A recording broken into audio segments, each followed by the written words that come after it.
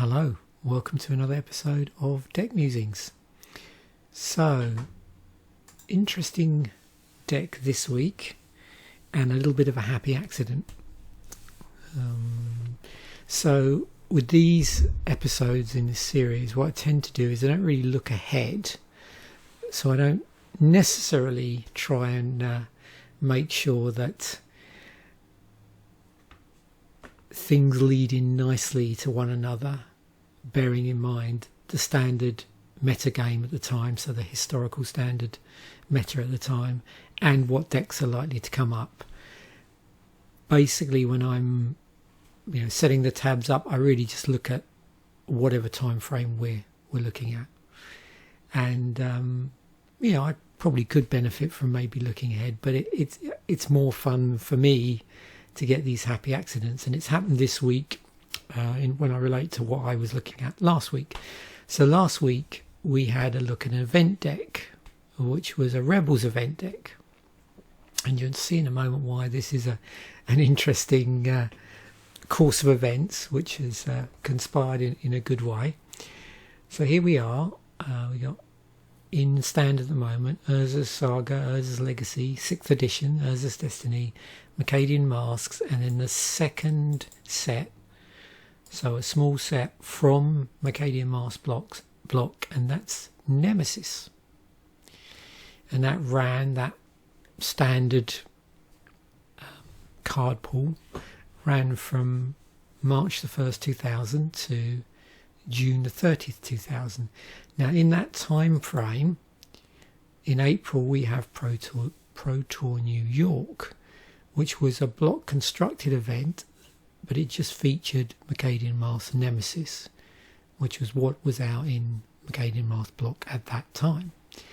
And as you know, watching previous episodes, I have a bit of a soft spot for the block format, so I thought I'd give this a go. And then as I'm reading through it last week when I'm prepping for this, I noticed that although a blue control deck won,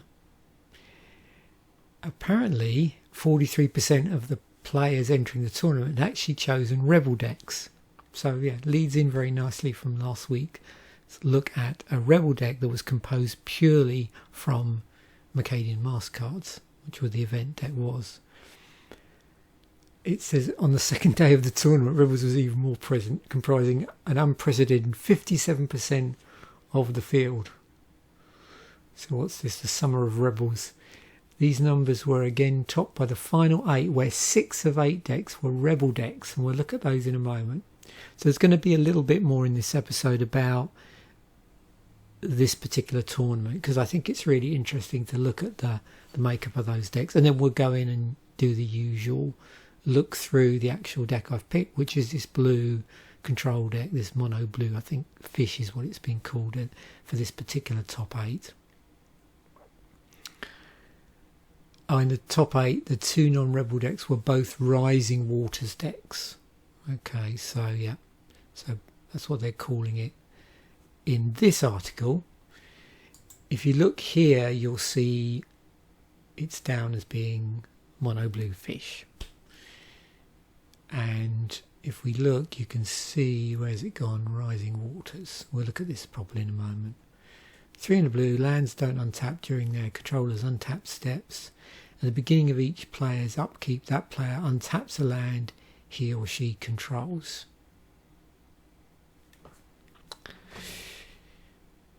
But you'll notice that out of the 8 here, everything apart from these 2, which look very similar, looks like there's a bit of a change there. Obviously Sideboard looks different, and yeah, there's a bit of a change around here. Now the Rebels decks are interesting because it would appear that most of them, if not nearly all of them, are, let me skip over that one for the moment, mono white.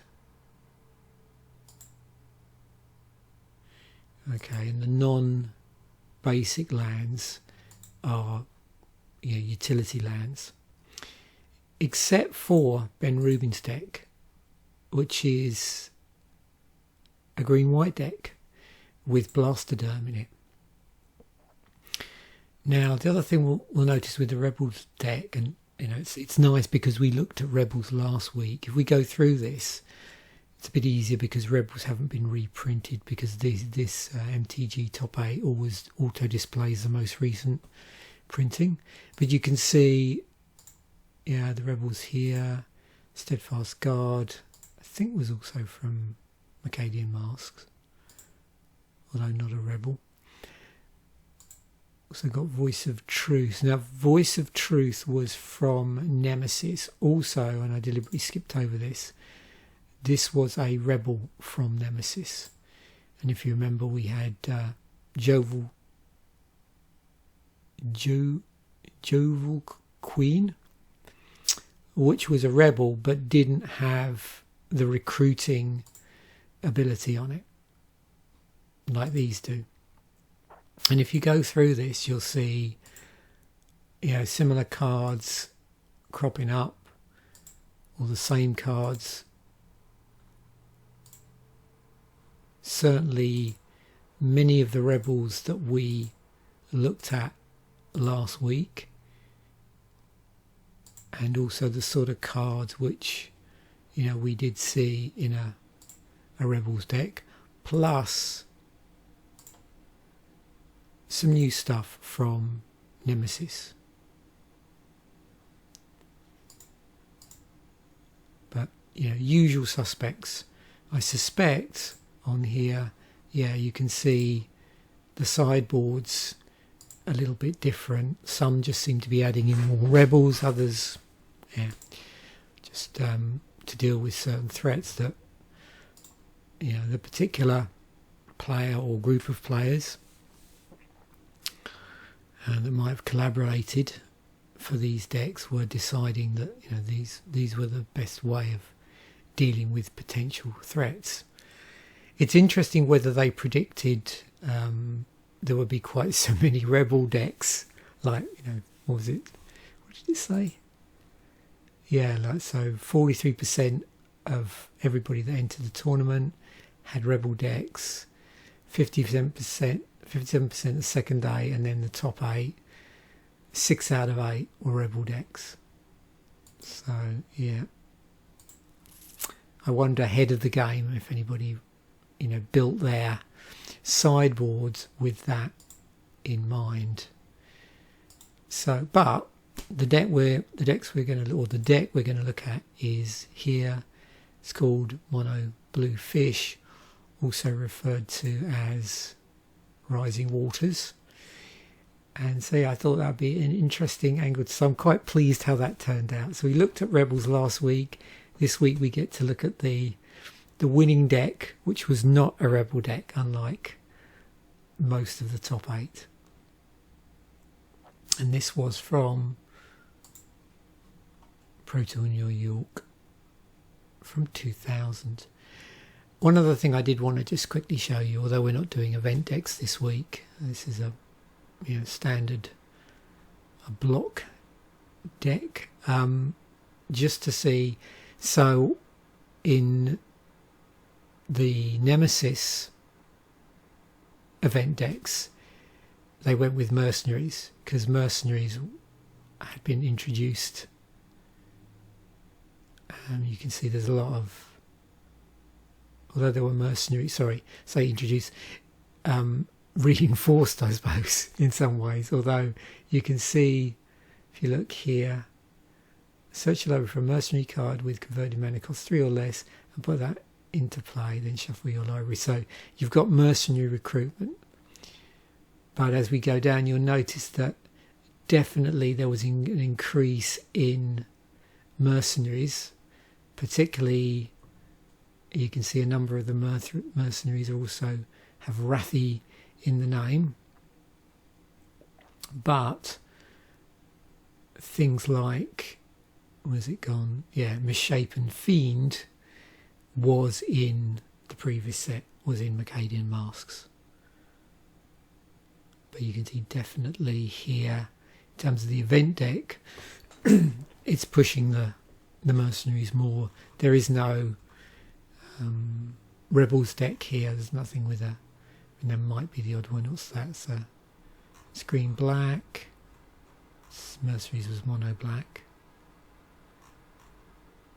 Fact. Yeah, there is no. Is there no? Oh, there's a red white deck. Actually, red white event deck, but not a.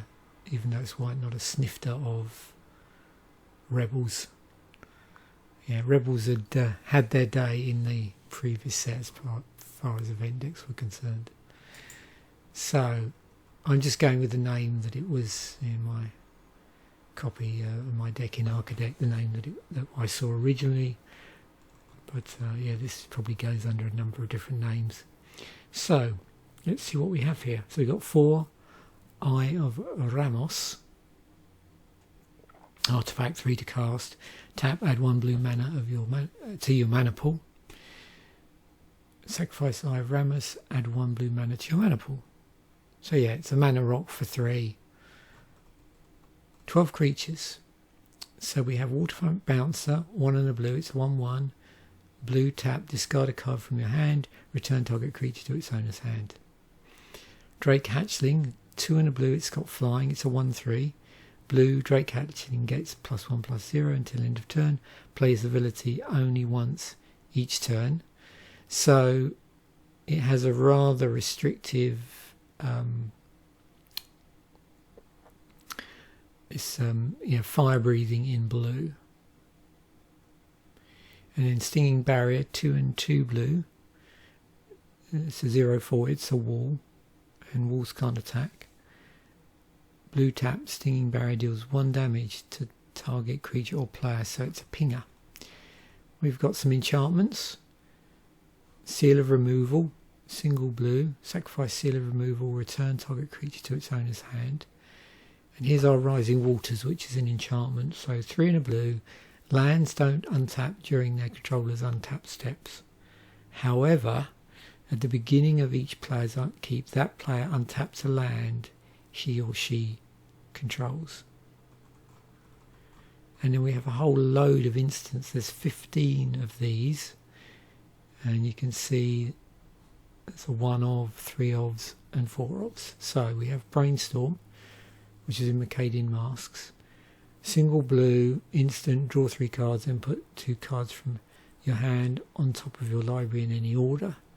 You notice there's a lot of very interesting blue spells in the block, even though relative to the previous set, the Mercadian Masques block was considered underpowered. Whenever I've looked at it, I've always thought that, yeah, there had, from my perspective, the blue spells were a thing to themselves, if you like.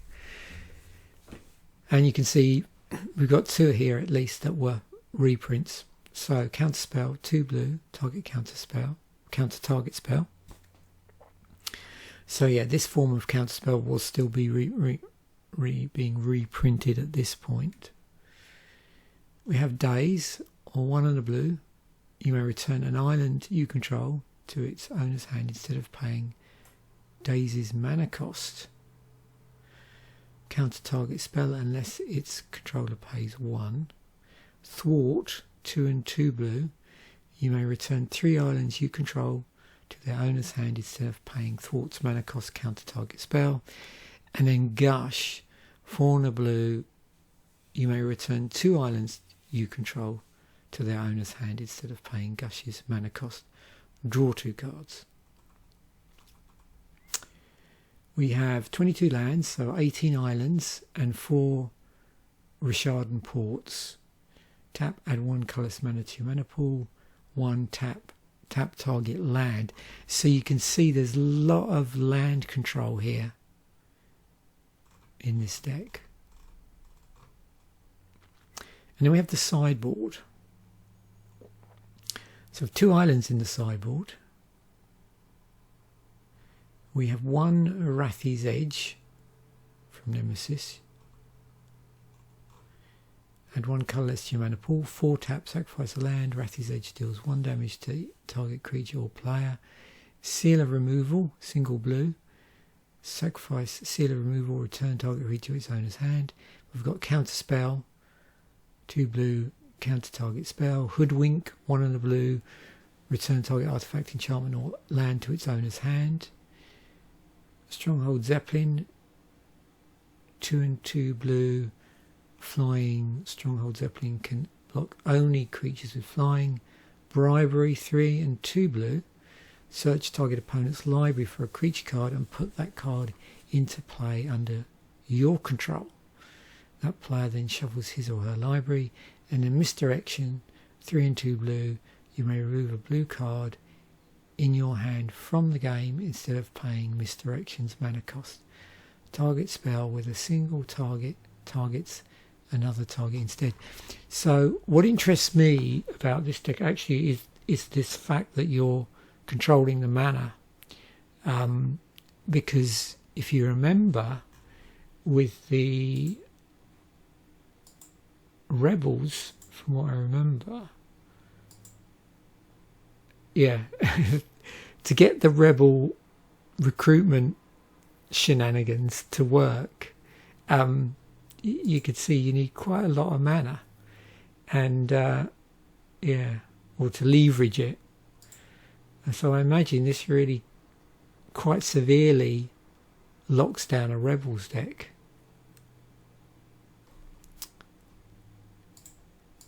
Okay, so let's just go through. First of all, we'll look at the lovely islands here.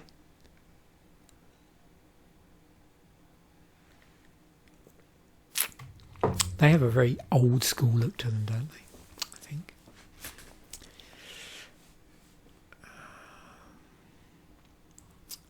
Right, so Rishadan Port, Mercadian Masques, and then we didn't see it for a while.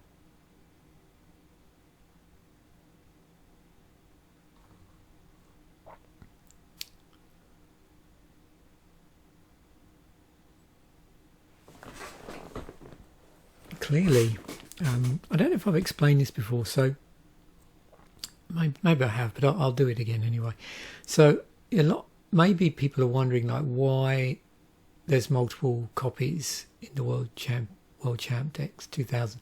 Well, that's because they've been signed, and you can see here it indicates the so that bit at the front there is the relates obviously to the person's name, so their initials, so JFJK TVD. And I find this really useful. It's really interesting because some years you'll look at this, and like this year you've got 3 different decks where they're all playing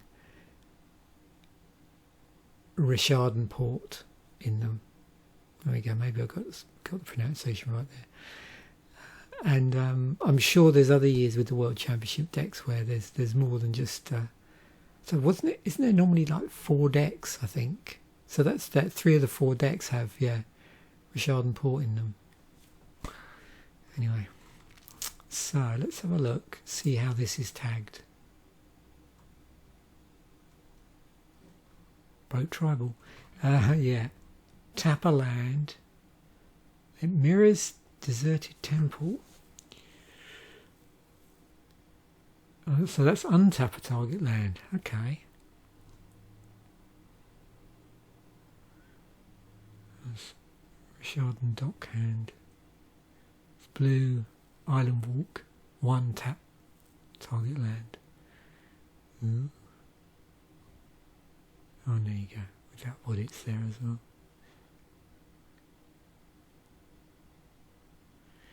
Yeah, we've looked at, I think, loads of utility lands in the past. Just going to look at tapper lands. Stuff that taps lands. So let's go into that.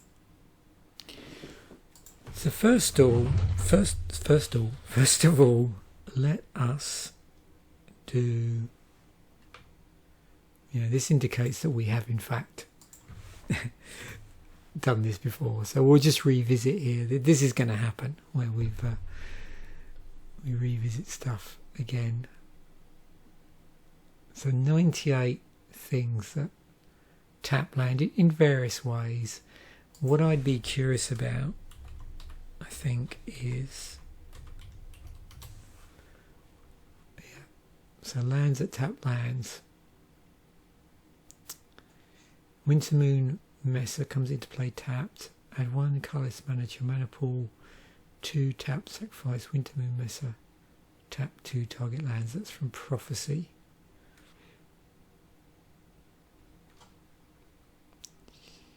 So, what else? Let's go through the permanents first, shall we? I think will be interesting. Yeah, looks like we've definitely been here before. Amber Prison. Artifact creature there. Mana Web. Ring of Gix. That was from Urza's Legacy. Sands of Time.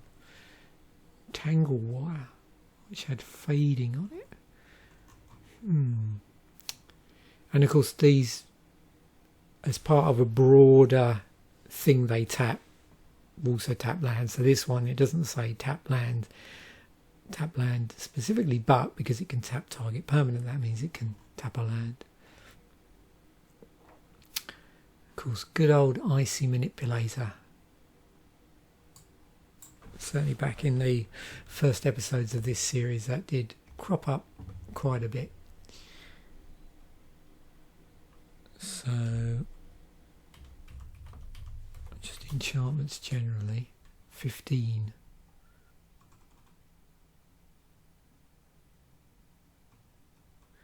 So of course anything where it affects the card by tapping.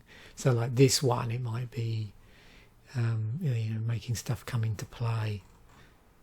Tapped. I'm assuming somewhere there's an aura here which just gives that ability. That's interesting. So we've got a Plane of Chaos colour shifted card.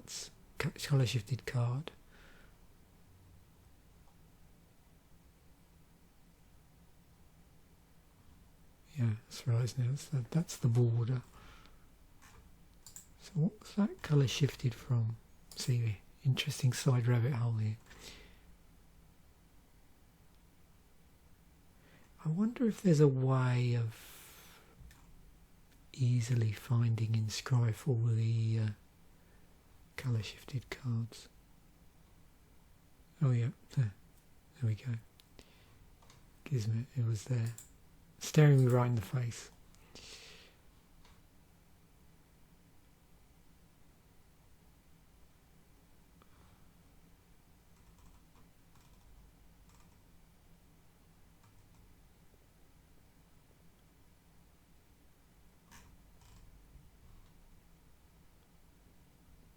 That's from Judgment, that one.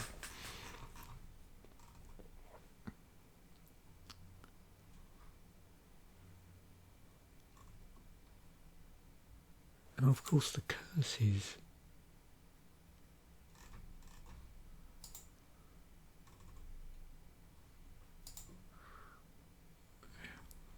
C13, they look like they've been reprinted a few times in Commander.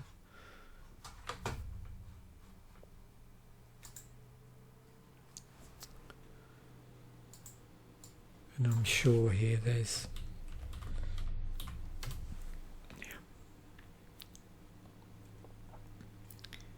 instance. Of course we've got Jolt.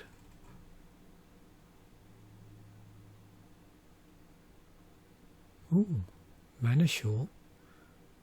All opponents' lands are tapped. An opponent's mana pool is emptied.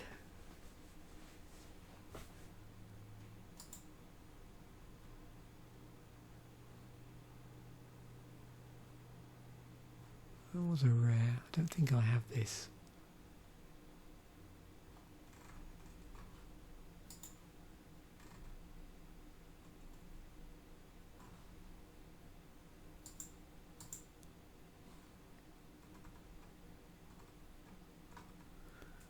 And of course Twitch, which we have looked at. Twitch and Twiddle. And Power Sync. Wow. So I wonder how much there is sorcery speed wise. What do you reckon? Just for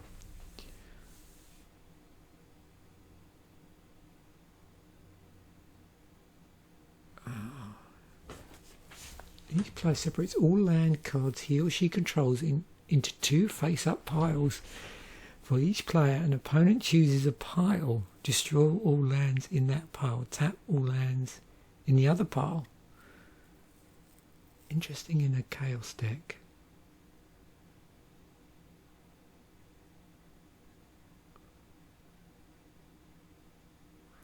Piracy. This turn you may tap your opponent's lands to help you pay for your spells. So that's never been done outside of these, would you refer to them? Yeah, like starter product, entry product, yeah, Portal Second Age and starter 1999.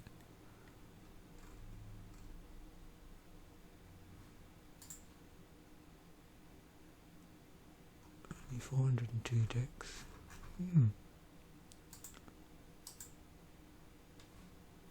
Is that similar to anything? Theft of mana? Well, we really have gone down a side road. Oh, yeah. Mana theft.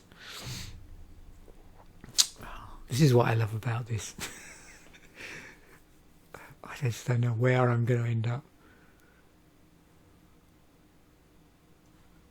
Okay, target player activates the mana ability of each land he or she controls and empties it.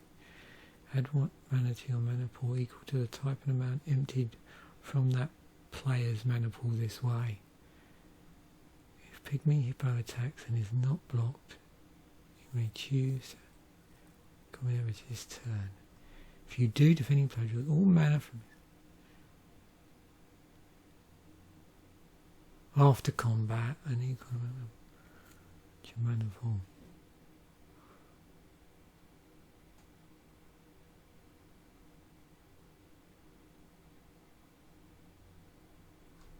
That, yeah.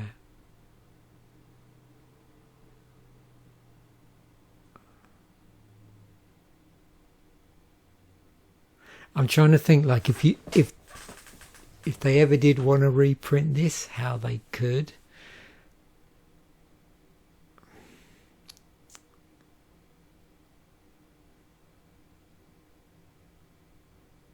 I mean, I'm not. Yeah, I'm going to be the first one to admit I'm not at all familiar with the current standard meta. So I don't know if anybody watching this video is more familiar. I just wonder what putting a card like this in would do to standard. I could sort of guess, but yeah. Comments please. Okay, let's move on. That was interesting. So Drake. Oh, this one, yeah. A blue. Oh, cool. So that's cool. So Fire Drake is a thing, right? Excellent. Once owned. Oh, wow. That's a nice little collection. Because I'm always looking for, you know, not that I'd ever buy them, but just inspiration for little artwork collections. So let's have a look. Because that's an interesting thing to go down. I think, you know, if you are interested in, you know, having just interesting pieces of artwork in Magic, where there's some theme, making quite a small, cheap collection can be a good start. You know, if you don't have a lot of money to printing. Dear me. Okay, yeah, if you don't have a lot of money to spend, so how much would this set you back? We do have something from the dark here. So before I do that, let's just look at all of these, because yeah, I don't want to go off too much, but let's see. So they all have flying. So we've got 2 in blue, we've got a green one, 2 red ones. And everyone, well, actually, they all have Drake, and we'll do a search on Drakes in a moment as well. Drake, I find, is, the moment I hear the term Drake, I always associate it with Tolkien.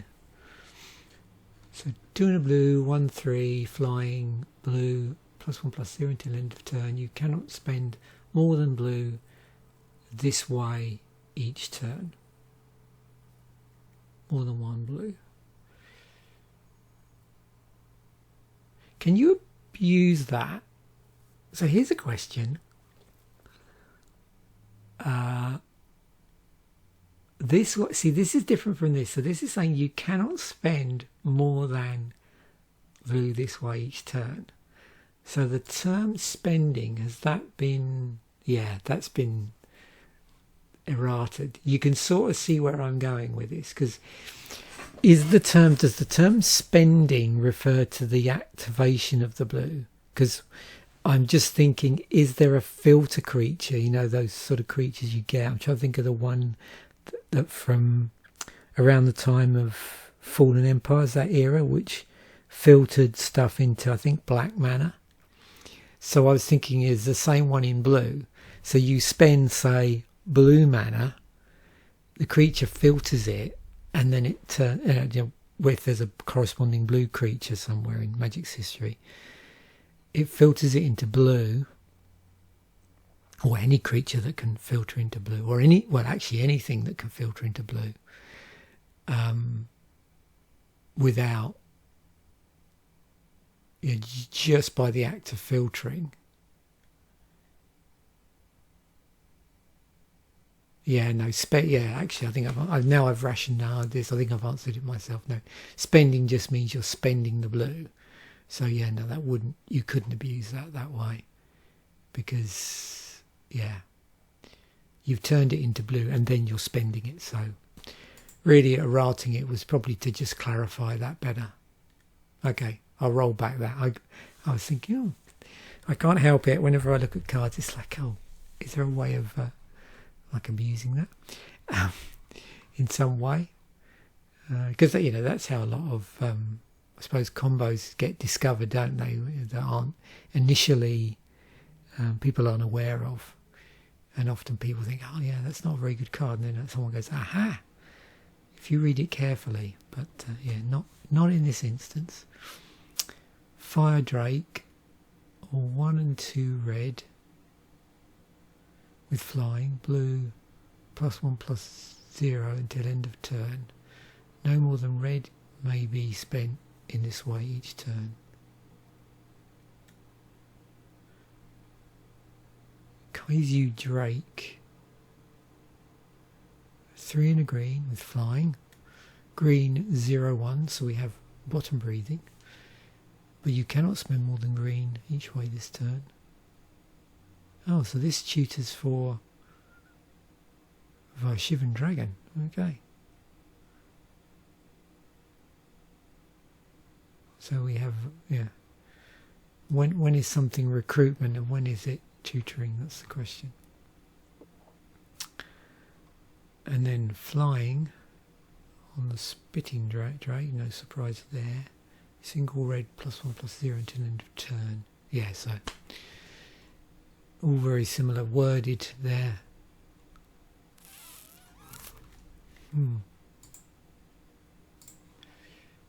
So 14 cents, 13 cents. Was reprinted in 5th edition and in Chronicles. 155 for the original and 20 cents.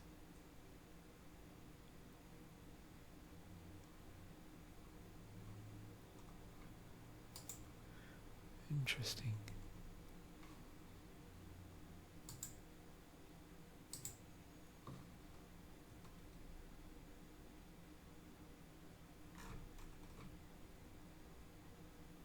Were they like the mirrored pair of the set Probably not.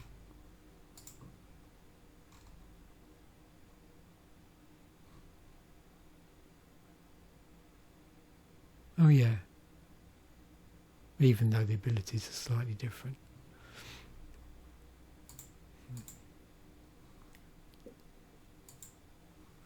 Stinging Barrier.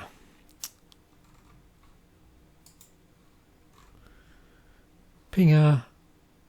So there was a cycle of walls in Mercadian Masques.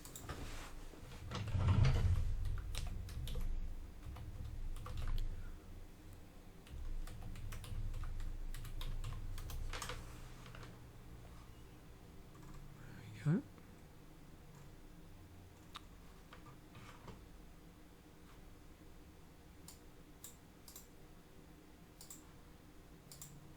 What else do we know about this? So Pinger and Burn Any. Yeah, they're two things we've really looked at quite a bit. I mean, what about, just to keep things a bit different here so we don't go down the same rabbit holes every single week, what about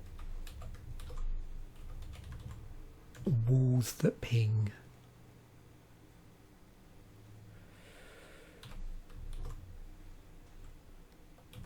We'll start off with that. We might have to get a bit more specific.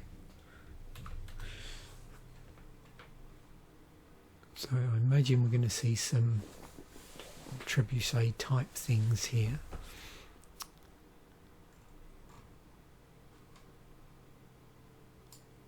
Actually, let's spurt that. Let's swap that for deals.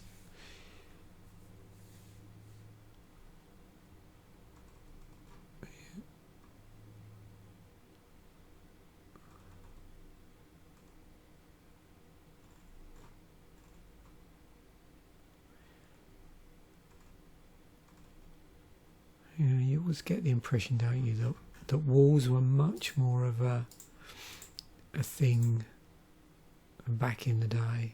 Well, at least that's the impression I always get. I don't know how true that is. I mean, in Magic's history, there's been 148 walls. Now, I suppose part of that might be, you know, we more see just things now with Defender, so possibly that contributed to the change more than anything. I mean, you still see things like wall, and you can see they now specifically are key worded with Defender on them, where it was just in the rules that, you know, walls have Defender. Now it's actually specifically put on there.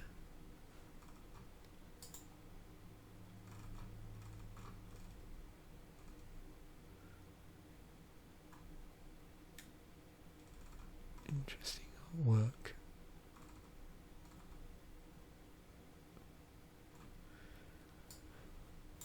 And I should be able to do this, which is sometimes when you're looking at sort of an interesting type of card, is to do this, which is Otag Cycle, I think. So that will just show you if it's been tagged, and of course you have to rely on the tags in Scryfall, as it has been tagged as part of a cycle. Now, of course, these could be mega cycles or mega cycles. Again, earlier cards, it's more likely it's part of just a cycle inside of the set.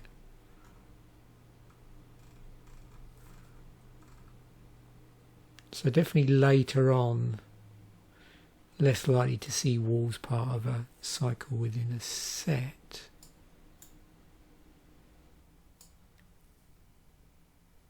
It is first printing there. That's interesting. So we've got one in Commander 2019.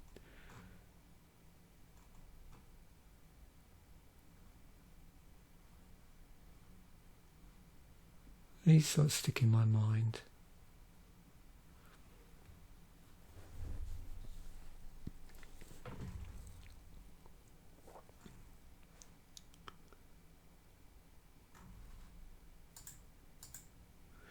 So, Waterfront Bouncer, discard a card from your hand.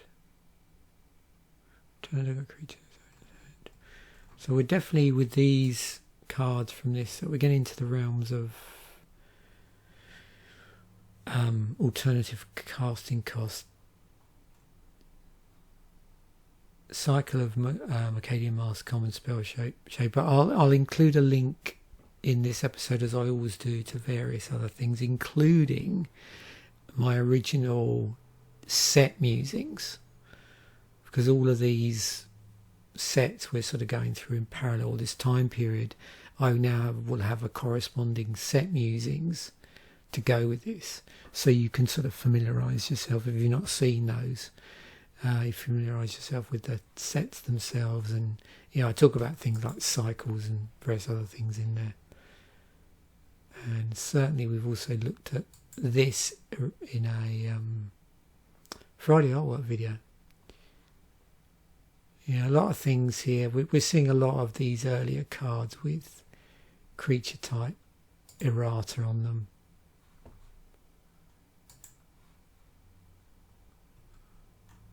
My guess is, just see if I can get in here. So you normally find out some sort of specific other creature type attached to them.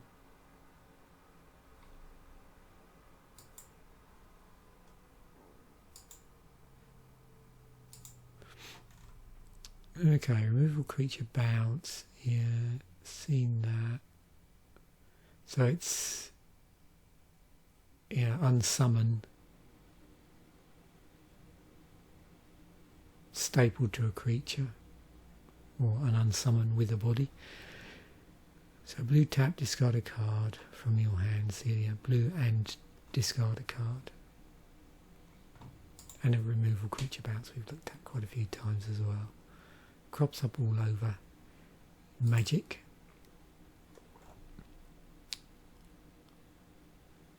And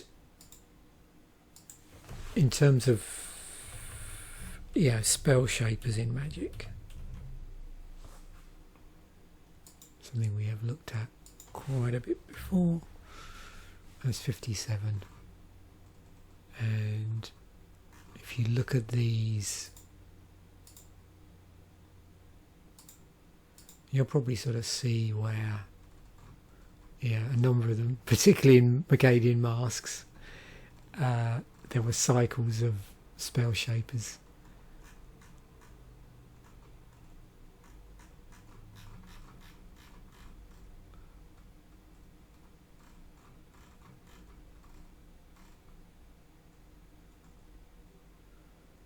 Interesting here as well in this set, which is Prophecy, you actually have a cycle of legendary spell shapers.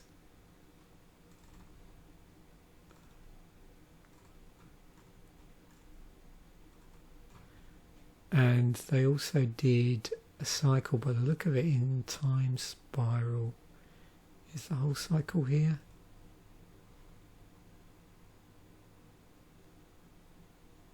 I wonder if it was a cycle or it's just convenience. Yeah, that was. And then they also had a spell shaper that was a legendary. I think it was just one, which was Jaya Ballad. Yeah, the Time Spiral block's an interesting block to just go looking for slightly more obscure legendary creatures, I always feel.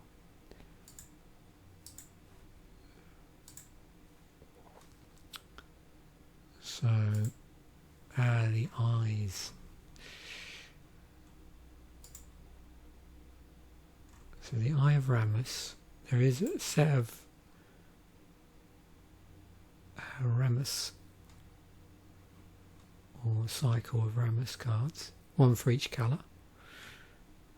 or Ramos, however you say that. So mana egg. So my understanding is a mana egg is mana rocks have to be sacrificed to add mana. They may ramp or merely filter your mana. So you'll notice this is both a mana rock and a mana egg, in that it can just generate mana over and over again, but also can act as an egg because you sack it and then generate mana. Now, of course, you can see here that you could tap it, generate blue mana, and then get a second amount of single blue mana by then sacrificing it. Namesake spell and sacrifice self. But what I was interested in was, I always feel that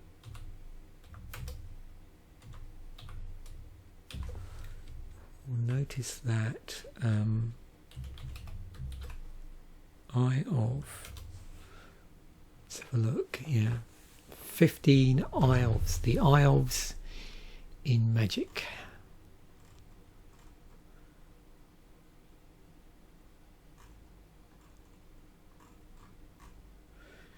Eye of Tribal.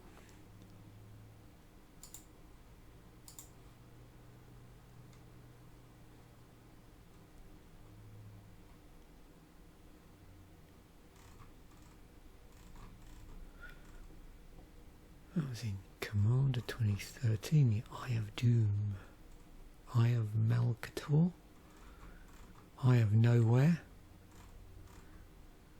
Eye of Ramos, Eye of Singularity, Eye of the Storm, of course Eye of Ugin, which is the one I was in the back of my mind. I was thinking of an Eye of, and then couldn't quite remember the full name, but yeah, Eye of Ugin, which was from World Wake.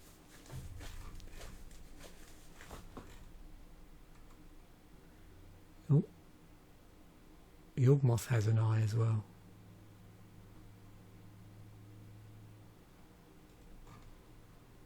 I don't think there's a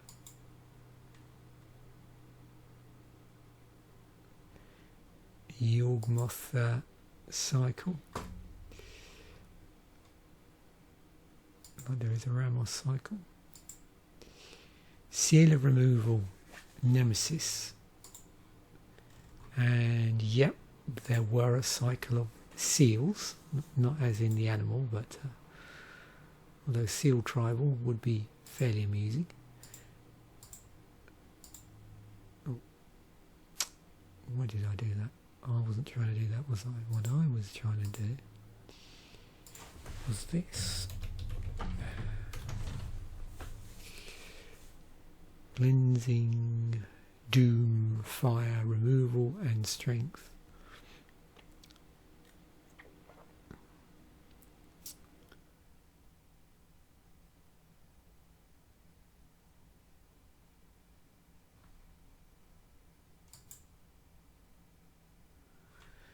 So what have we got on these? That one destroys artifacts or enchantments. That one does non-black creatures.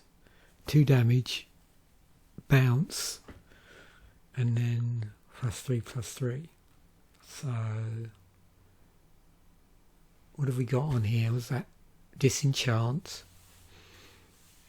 This would be non-black creature can't be regenerated. Yeah, I can't remember the name of the black spell off the top of my head. There's obviously lots of black spells that do a similar thing, but don't forget we're talking about from this period in time.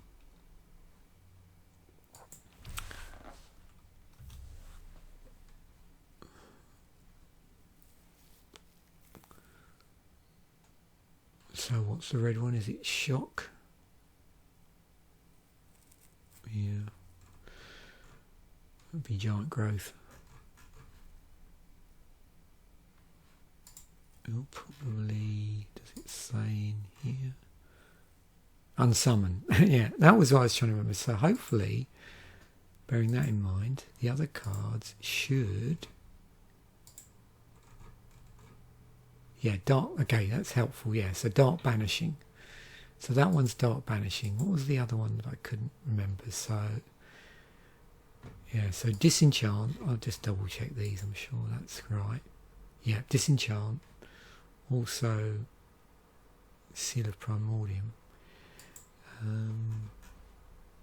So disenchant, dark banishing. This one, did I say, was it shock or, yeah, shock.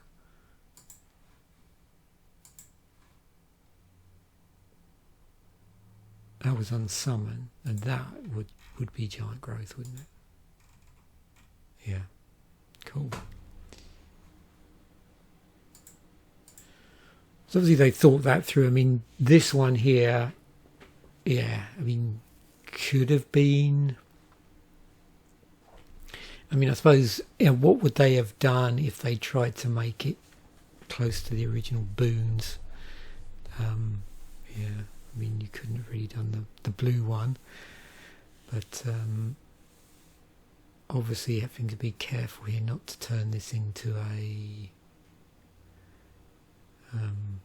bolt. Yeah. So we have Gush. Banned in Pauper, banned in Legacy. You may return 2 islands you control to their owner's hand instead of paying Gush's mana cost to draw 2 cards.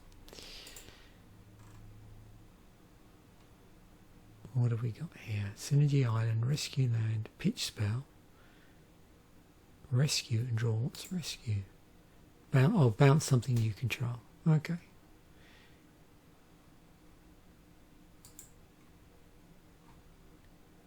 Reference by Fathom Seer.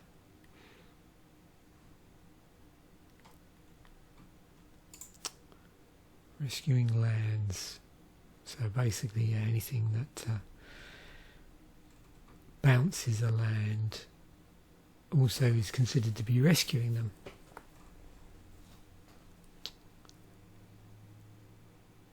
These are interesting, these border posts, these artifacts. They tend to get forgotten about.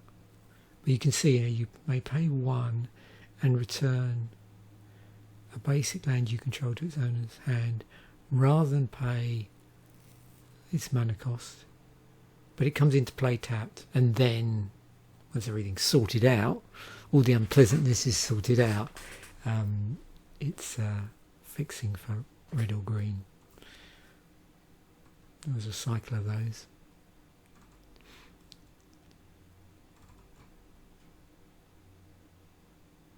Interesting stuff here.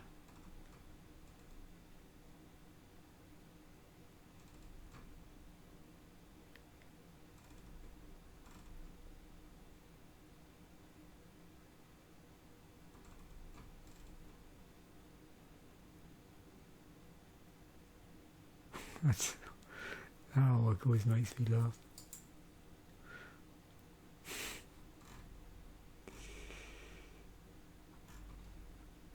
Has that been reprinted many times? It was originally in Visions. Did crop up in Domineer Remastered. Glad they didn't change the artwork.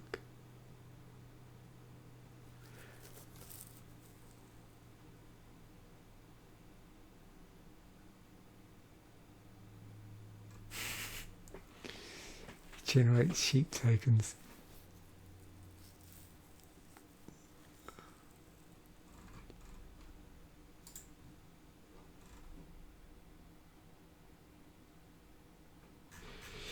Okay, so it's a rabbit hole I've got to go down tonight. So what cards are reprint? Okay.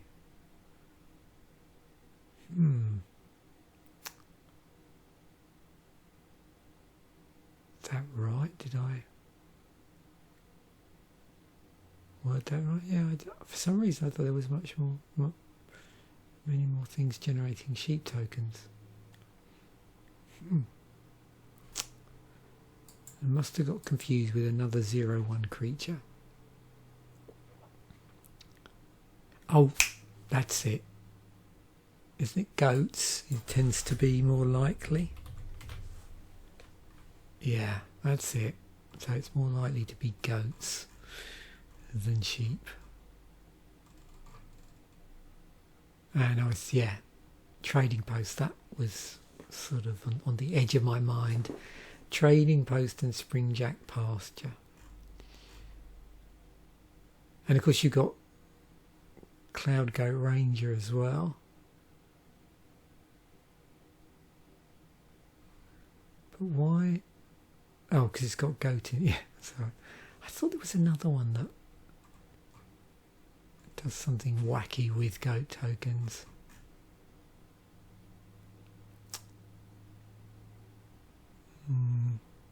Like in white, but maybe I'm getting muddled up. It's quite possible. Okay, Rising Waters.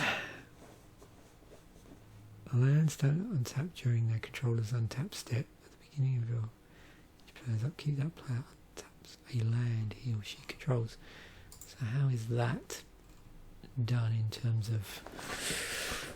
So lockdown, stasis of course, lockdown land, symmetrical. It's on a Corey Dust Drinker. Okay. It's interesting.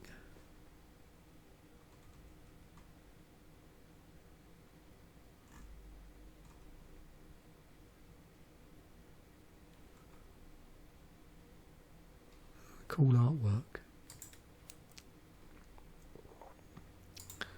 So yeah, that, I mean, yeah, stasis can be pretty miserable to play against. So, you know, it's no surprise. Yeah, pretty much disappeared from Magic.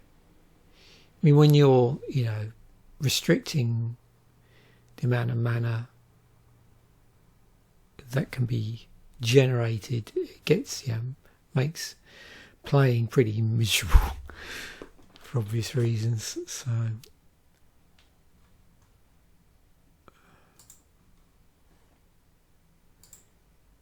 and then lockdown, yeah, you see a bit more of that.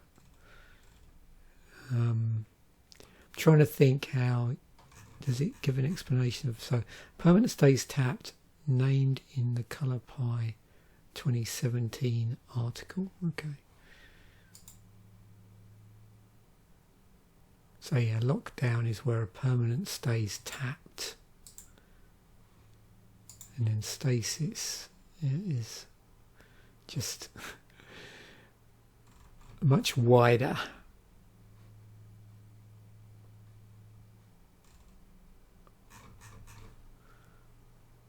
In terms of the things that it taps. Untap a land.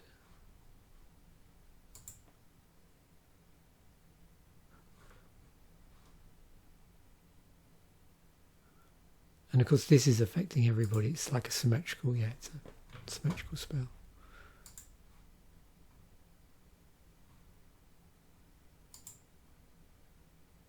Land lockdown. Oh, we have mole worms in here. So things like mole worms came up when we did the No Hand No Land episode. Doesn't look like I've looked at these before. So otherwise auto suggest would come up.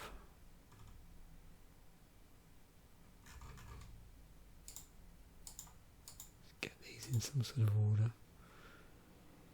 So mole ones from Ice Age. We've got Amber Prison. Amber Prison. We choose to untap 4 tap. Tap target artifact, creature or land. As long as Amber Prison remains tapped. That opponent does not untap during its controller's untap phase. We've got Storage Matrix. Abilities. Okay, again, yeah, not something you see much, if at all, in the modern game.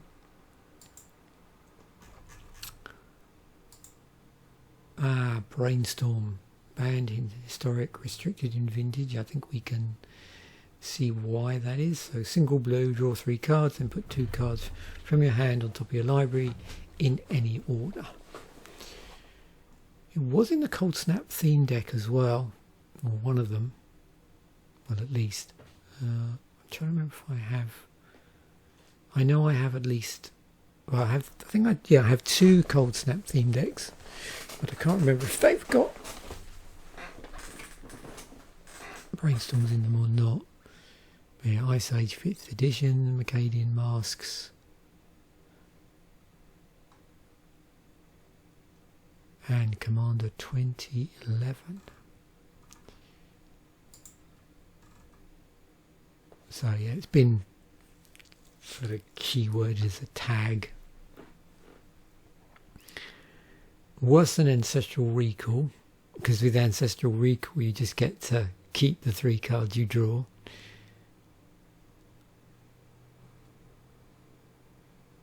Brainstone, interesting. Of course, preordain bit, so scry 2, then draw a card. Similar to, and of course, ponder, where you look at the top 3 cards of your library, then put them back in any order, then draw a card. So this one, you draw your 3 cards, you put 2 cards from your hand as well, so you're actually subbing out stuff from your hand back to your library. Whereas these other ones, this one, you're looking at the top 2 cards of your library, then you draw a card. And with Ponder, you're looking at the top 3 cards of your library, putting them back in any order. Also, you could shuffle and then drawing a card. And this one, yeah, just keep them all. Portmanteau, okay. Cargo.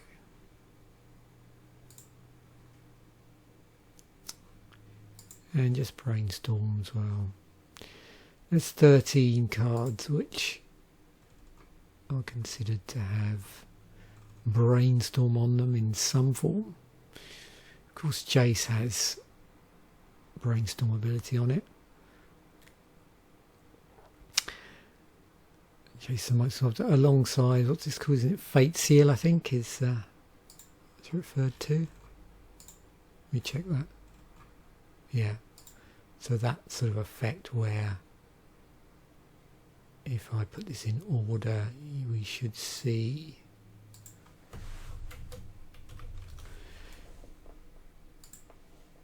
that could be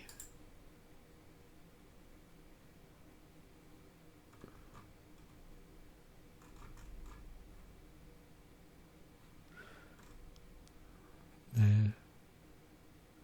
So look at the top card.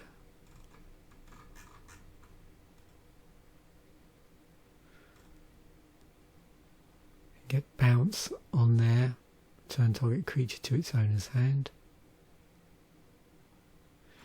So yeah, you can see why this was so powerful. In terms of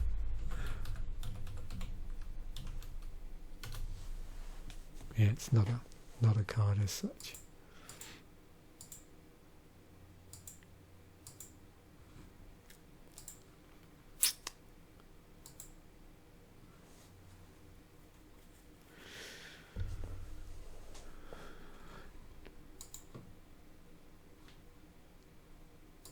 And then again, we're in blue here, so while we're at it, let's just look at bounce.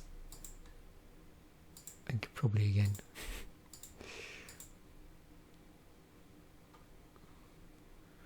Because recall, of course, boomerang, yes.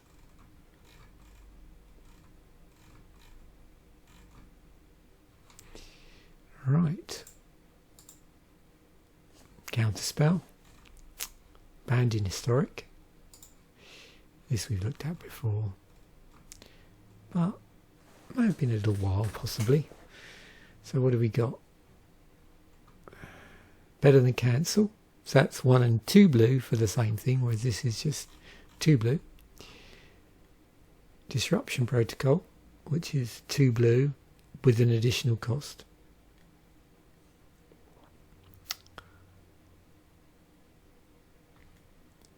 Ice Out, which is 1 and 2 blue with bargain on it.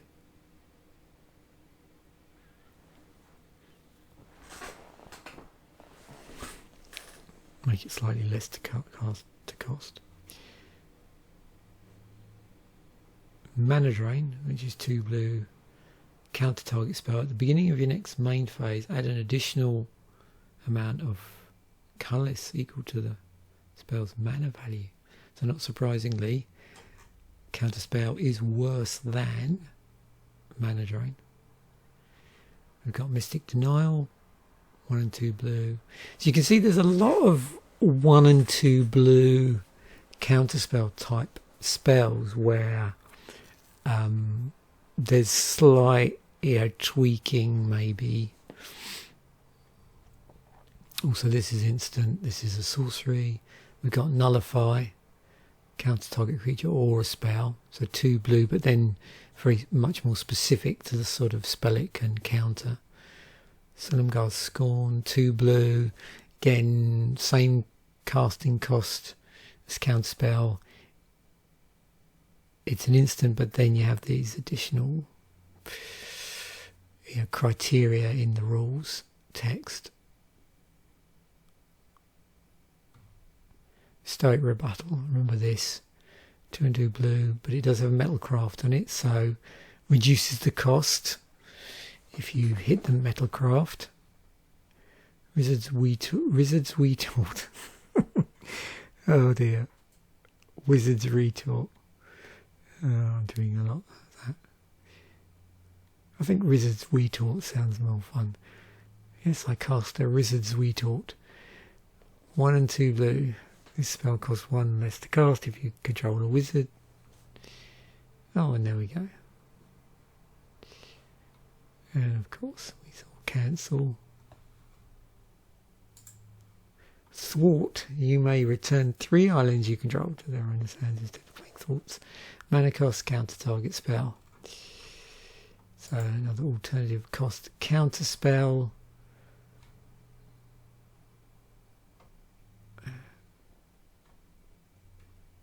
Counterspell free. We'll have a look at that. Pitch spell, rescue land. So again, it's indirectly rescuing lands. So there's a rescue lands utility in there. Synergy with island. There's rescue again. Counterspells that can be cast right now with no mana cost, even if they might incur some alternative later cost. So yeah. So they're free in terms of the casting cost, but yeah. So these are interesting, and I was hoping this would come up, these pacts.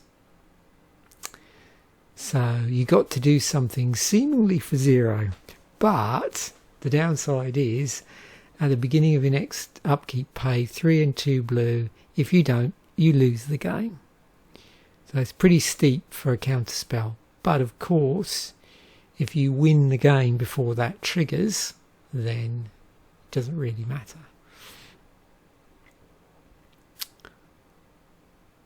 And that was a cycle in... where is it? Let me do this. Future Sight, I think.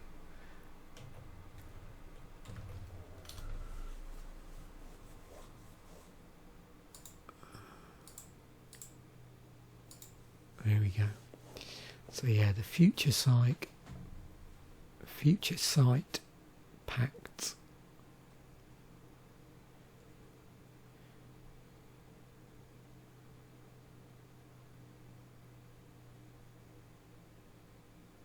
Interesting as well, they didn't call them all Pact of necessarily. So yeah, these are Pact. This is Pact of Negation. This is Pact of the Titan. They didn't do Pact of Slaughter or Pact of the Summoner or Pact of Intervention, but went for Intervention Pact, Slaughter Pact and Summoner's Pact. Daze, banned in Pauper, turn an island you control, and so again this idea of alternative, a free counterspell, albeit free because the alternate cost means that you don't have to pay it through mana. It's not, but then there's this additional condition on it where counter target spell unless its controller pays one mana of any colour. Soft counterspell. So a soft counterspell gives the other player a chance to buy off the counter, such as with mana payment. And we're used to seeing those. You got Mana Tithe, which is the interesting colour shifted one in white. And if you wonder, just the simplified version of this spell, it's 4 spike. So with 4 spike, single blue, counter target spell unless its controller pays 1, as in contrast to the Daze where it has in addition to it being like a soft counter spell, it has this alternate cost which makes, like I said, it free from a mana cost perspective. Also puts in the area of pitching, because you're interesting, because again I think I said this the other day, here they're saying it's spells that give you an option to cast them for free.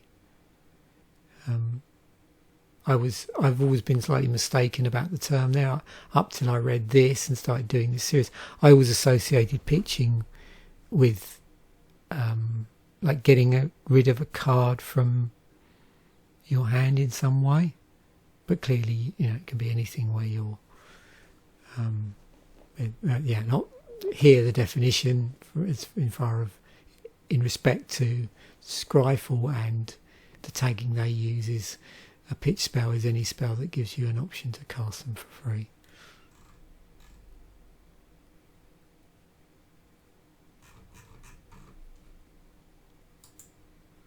So Bribery, search target opponent's library for a creature card and put that on to play under your control. That player then shovels his or her library. So we're now into so now we're getting to sort of sideboard territory in this deck, in the original deck. But I was curious by this card because I was wondering, we've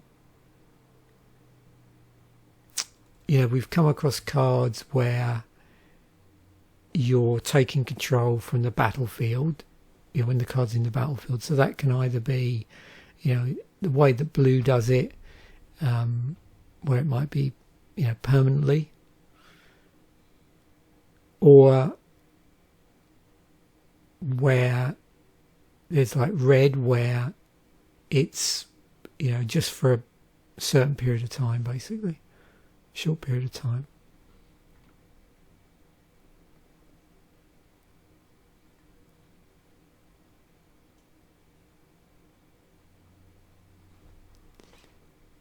So what have we got?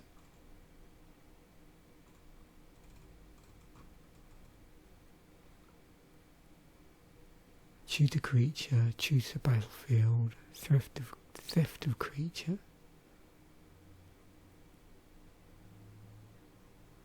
Tutor from opponent. Okay, that's what I was looking for. Cards that tutor cards from opponent's library. Okay, here we go. So 17 of them. Ah, yes, of course, Jace.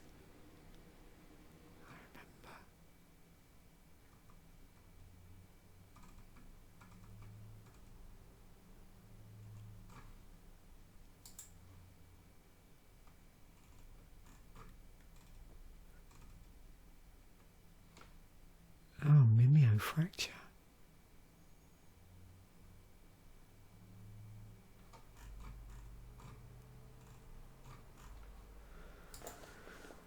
Think about these on a... Oh, yes. Historical timeline.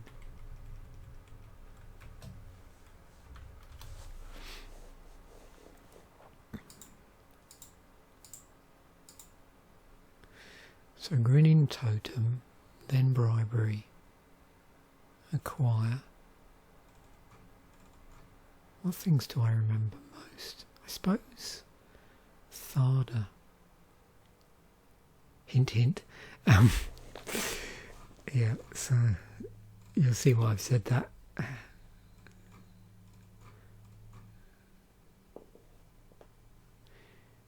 Jace. Inevitable betrayal. Sphinx Ambassador.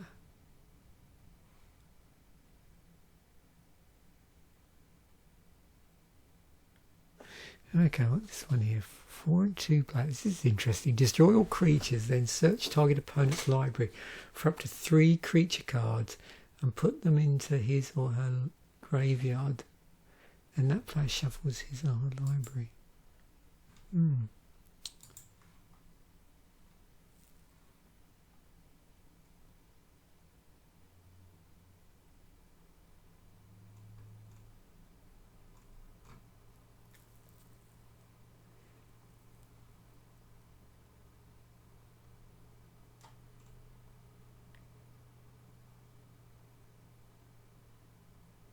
So acquired as artifacts.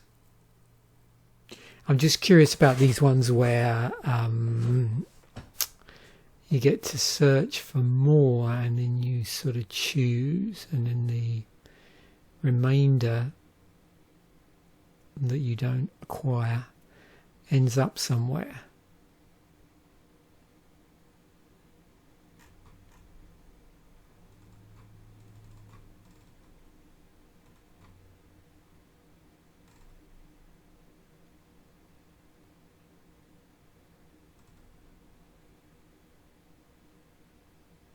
So Root Weaver Druids, 2 and a green, 2/1. When it enters the battlefield, each opponent may search, so it's may search the library for up to 3 basic land cards. They put one of those cards onto the battlefield tapped under your control, and the rest onto the battlefield tapped under their control. And each player who searched their library this way shuffles it. Okay, interesting. Hoodwink, return target artifact, enchantment or land to its owner's hand. So we got a specific bounce spell for enchantments, artifacts and lands. I think this is a rabbit hole we've been down several times now in this series. These sort of specific bounce spells. So just getting 44 ones that do lands, 47 that do enchantments, and of course these could do it also because it just says return a permanent. 46 do artifacts, and that's the reason why you probably saw Boomerang come up multiple times, because it's the wording there, it's return target permanent.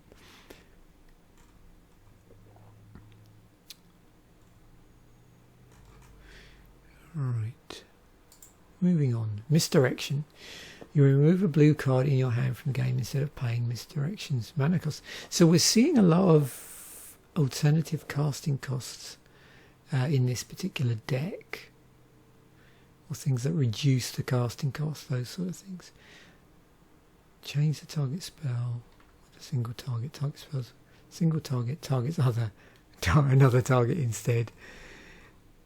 Oh, so there are a lot of red cards that do that, I think. So we've got the pitch spell cycle in Mercadian Masques.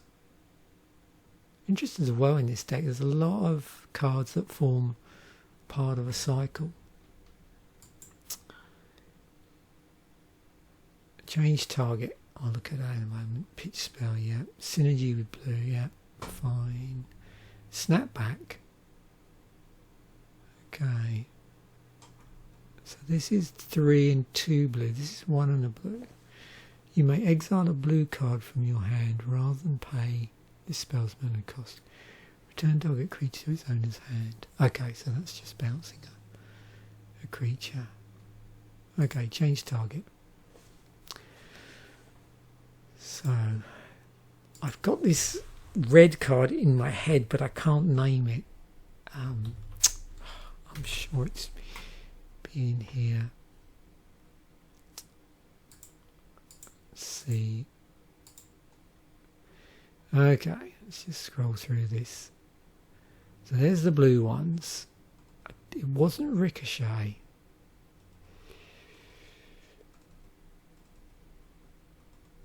Was it Wild Ricochet?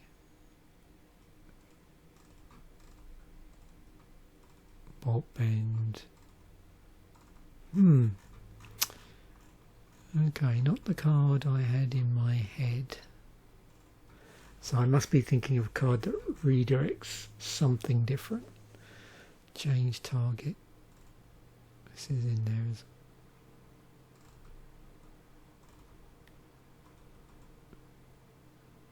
Commandeer, Lightning Storm, Wild Ricochet, Torchling. So were these? Yeah, remember these Morphling cycles?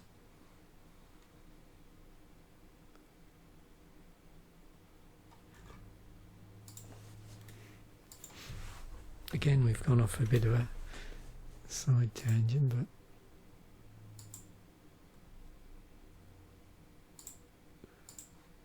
so what we got here, this is a mega cycle.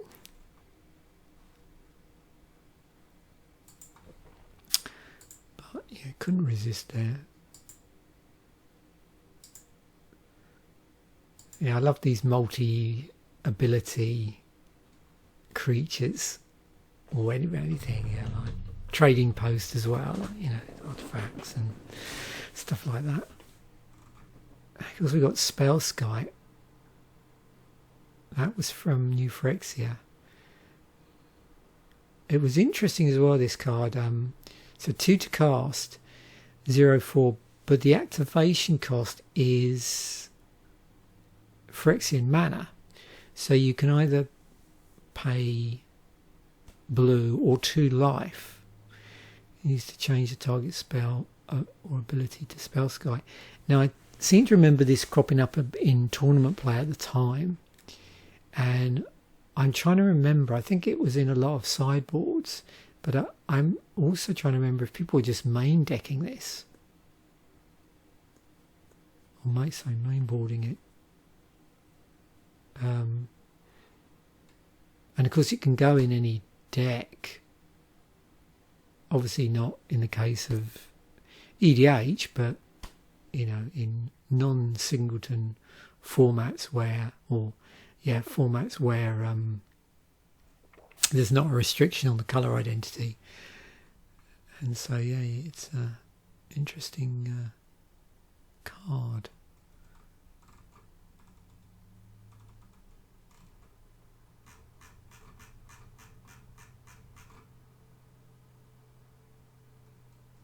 Rebound. Misdirection, Ricochet, Divert, yeah, all like similar names as well.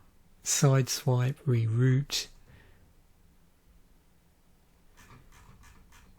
And in terms of the use of the term, actually,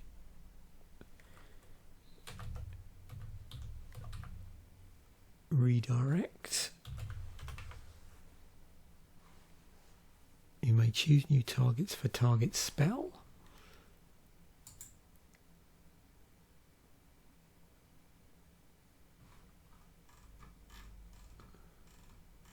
Did I miss that?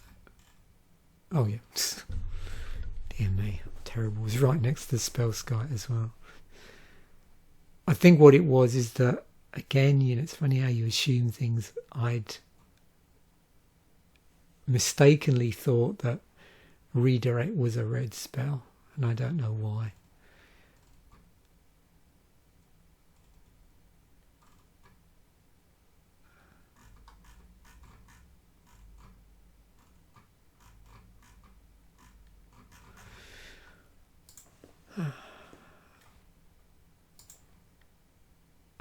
Rath's Edge. Yeah, this was in the sideboard. So what is this tagged as? Oh, Bombard.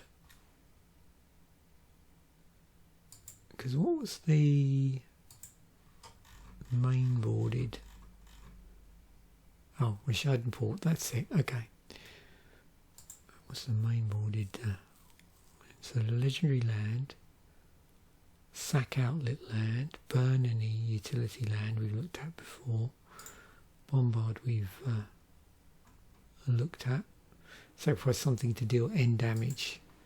Here, yeah, deals 1 damage to target creature. If you could sacrifice a land at any land.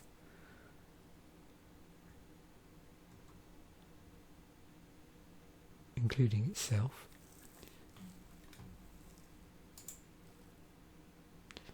Sack outlet land. Okay.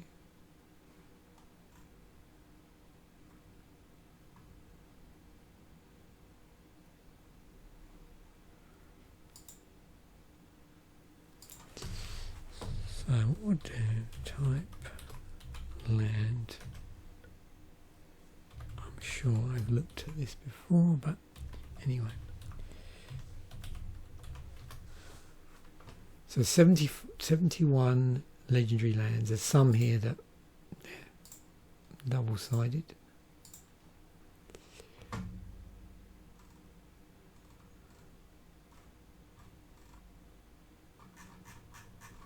So when did legendary lands start? That's what I'd like to know.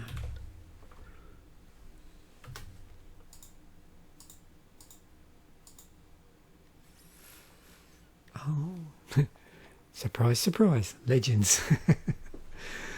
Okay. So, this is cool. So we've got Tempest, Tarifi, Volrath, Gaia, Phyrexian Tower, Serious Sanctum. Oh yeah, this cycle here, of course, Tolarian Academy cropped up quite a bit on previous episodes, isn't it? Vamar was the only one from that wasn't in as a saga, but was in the block. Oh, here we go. So there are actually 2 in Nemesis, Core Haven. Invasion block.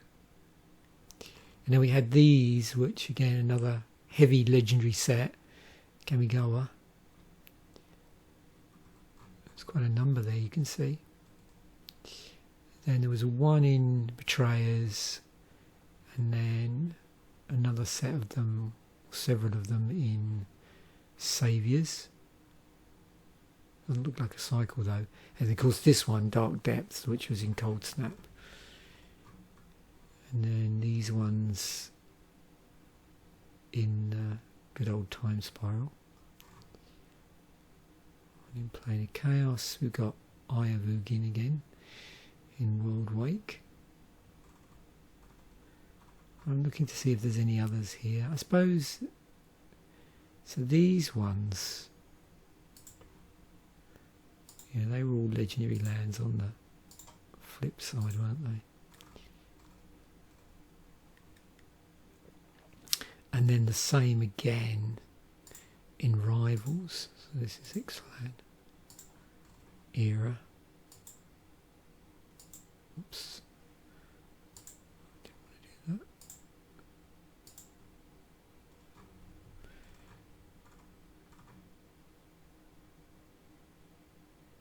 And then Neon Destiny.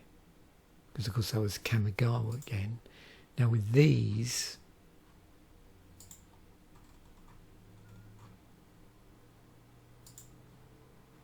that was a full cycle there.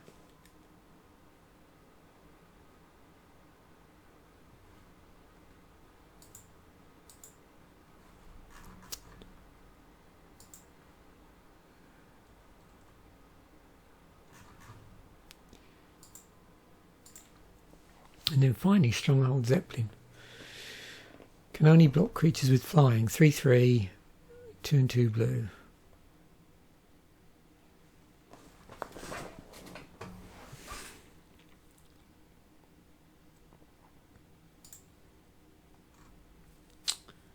High flying.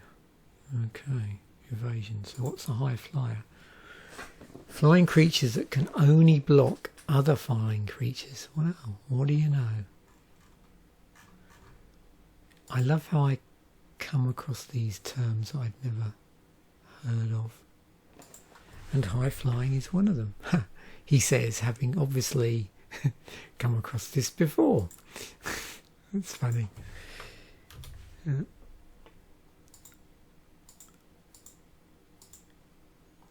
So I don't remember coming across that before. That's probably a more correct way of saying it. But clearly we have the fact that it came up as a autocomplete. Even to the fact where I must have gone through the different CMCs, which is also amusing. Oh dear.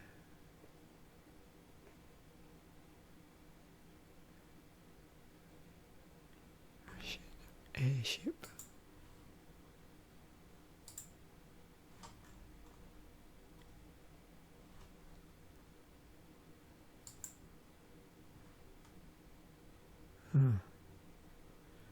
Airship is a pirate. Okay. So quite a number of these around this time period.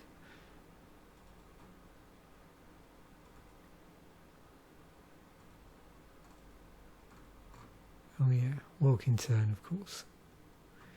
Skywinder Drake, Stormbound Geist.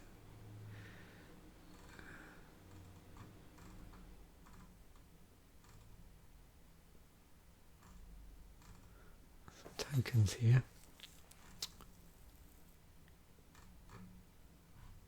That was, yeah, Crimson Vow.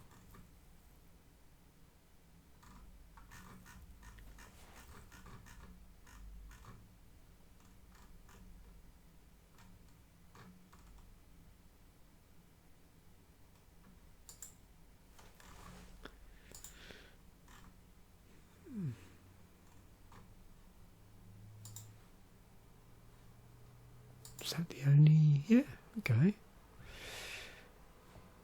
Only Zeppelin. What else is it tagged as artwork wise? Airship.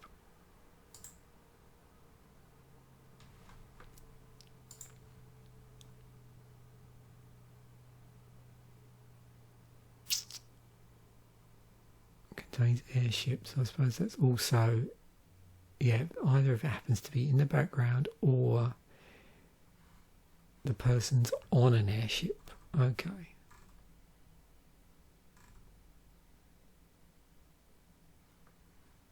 Look. There's your airships. So this is spot the airship. I'm more interested in one where it's actually quite prominent in the foreground actually. Oh, of course, these cards. This would be, what, Vanguard? Wow. Thran Tome.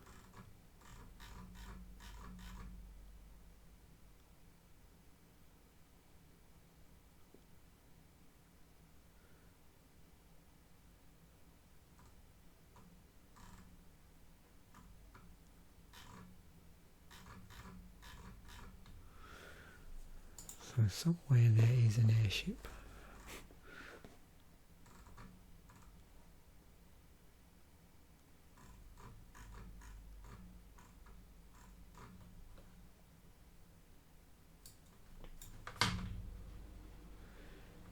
And that's it. So, because that takes us back to where we were. Let me just check, because I know 1 week I think I did miss some couple of cards from the sideboard. I think we got everything.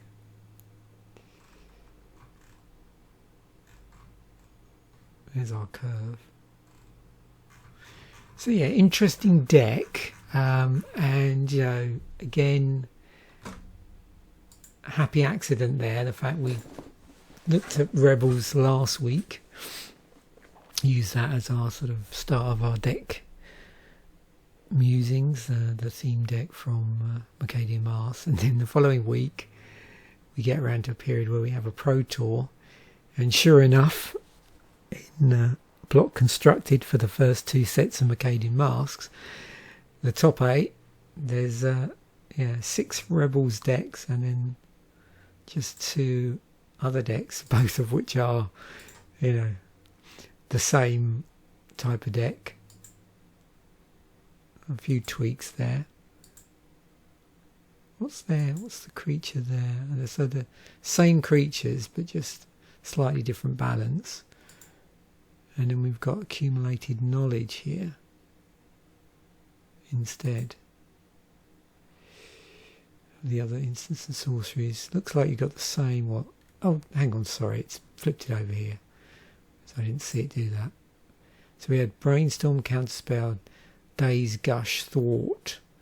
And this one had accumulated knowledge, Counterspell, Gush and Thwart. Right. But apart from that, yeah, it looks pretty similar. So differences in the sideboard. Interesting, this one also, the one we looked at, you know, had 2 islands there. So that had 22 lands with no islands in the sideboard. That had 22 lands with islands in the sideboard.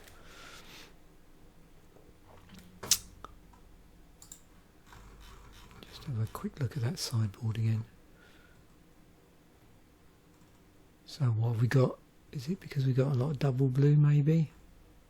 I don't know, there's quite a lot. I suppose it just depends what you're sideboarding out. I mean, the deck generally, although it's a mono blue deck, so it shouldn't matter. Was that a slightly higher part of the curve? Maybe that's it. So these are all what? Below 2 and then 4, 5. Okay, maybe that's it then. What's the highest part of the curve here? Yeah, again.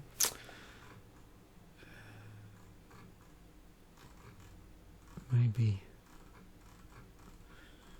Just certain, maybe there's just certain sideboard scenarios and match-up scenarios where you would want more islands.